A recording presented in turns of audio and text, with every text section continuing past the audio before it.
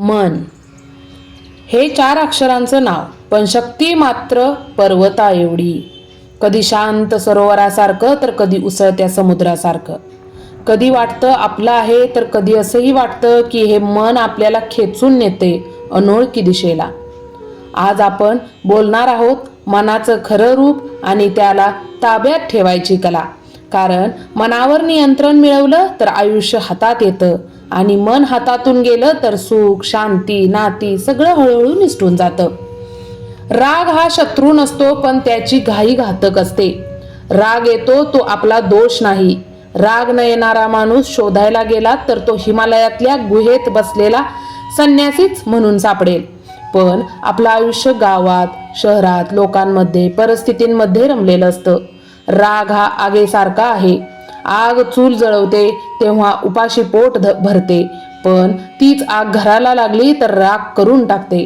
म्हणून राग आल्यावर आपण विचारायला हवं, ही आग उपयोगाची तरी आहे का, की सगळं उद्ध्वस्त करणारी आहे?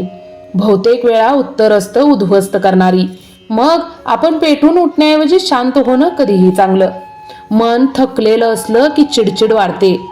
कधी असं होतं का, काही विशेष घडलं नाही पण मन चिडचिड करतं? तेव्हा कारण दुसरं नसतं, मन थकलेलं असतं. झोप कमी, काम जास्त, विचारांची गर्दी, चिंता, ताण या सगळ्यांनी मनाची शांती कमी होते.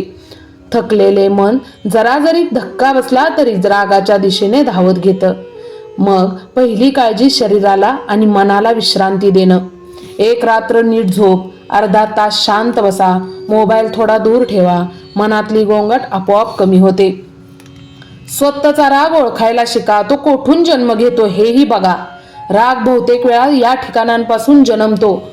अन्याय झाल्यासारखं वाटतं, कुणी आपल्याला कमी लेखतं, अपेक्षा अपुरी पडते, थकवा, दुखावलेलं मन, ईर्ष्या किंवा तुलना, मनातील दडपलेल्या भावना. या कारणांचं नाव घेतलं की मनातील रागाचा आवाज थोडा मंदावतो. कारण भावना ओळखल्या की त्या आपल्याला त्रास देणं थांबवतात. राग आल्यानंतर शरीरात कोणते बदल होतात? हृदय वेगाने धडकतं, श्वास जोरात होतो, डोक्यात रक्त जास्त जातं, विचार धावतात. यावेळी बोललेले शब्द तिखट असतात आणि घेतलेले निर्णयही चुकीचे असतात. म्हणूनच वडीलधारी लोक म्हणतात, रागात बोलू नका आणि दुःखात निर्णय देऊ नका. 2 सेकंदाचा नियम मन शांत करणारी खरंच जादू आहे. तर कोणाचाही वादाची, रागाची, डोकं फिरवायची वेळ आली की फक्त 2 सेकंद थांबायचं. या 2 सेकंदात मनाचा वेग 50% कमी होतो.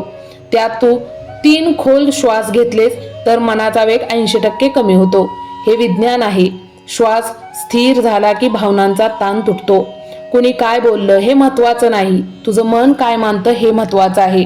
लोक बोलतील, कधी चांगलं कधी वाईट, कधी समजून घेतील कधी न समजून घेतील. आपण एखाद्या व्यक्तीवर राग धरतो, पण कदाचित ती व्यक्ती त्या गोष्टीबद्दल उद्याच विसरलेली असते.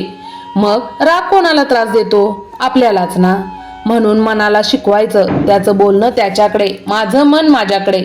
मनाला सांगा, मी तुझी मालकीण आहे. मन उधळतं कारण त्याला समजत नाही की मालकीण कोण. तेवढंच त्याला शांतपणे सांगा, राग आला तर मी थांबते, चीड आली तर मी खोल श्वास घेते, माझं मन माझ्या नियंत्रणावर चालतं. हे रोज 30 सेकंद मनाशी बोला. 7 दिवसात बदल दिसेल, 21 दिवसात सवय लागेल, 42 दिवसात तुमचं मन शांत आणि तुमचं ऐकायला लागेल. सोडून देणं ही सर्वात मोठी कला आहे. प्रत्येक गोष्ट मनावर लावून घेतली तर मन लवकर तुटतं. काही गोष्टी सोडून दिल्या की मनाची पकड सैल होते आणि शांतता वाढते. का बोललं, काय म्हणताय, त्यांनी काय असं का म्हटलं, हे सतत विचार करणं म्हणजे मनावर जड ओझं ठेवणं. सोडून द्या, तुझी शांती त्याच्यापेक्षा मोठी आहे. स्वतःला वेळ द्या, मन ताजं राहतं. एकटं फिरायला जा, आकाश बघा, देवळात बसा, संगीत ऐका, शांतपणे चहा प्या, मोबाईल पासून थोडं दूर राहावा. या क्षणात मन रिसेट होतं. मन माझं वादळ आहे, पण त्या वादळाला शांत समुद्र बनवण्याची ताकद माझ्यात आहे. कोण काय बोललं, काय केलं याचा असर माझ्यावर होत नाही. माझी शांतता माझाच अधिकार आहे.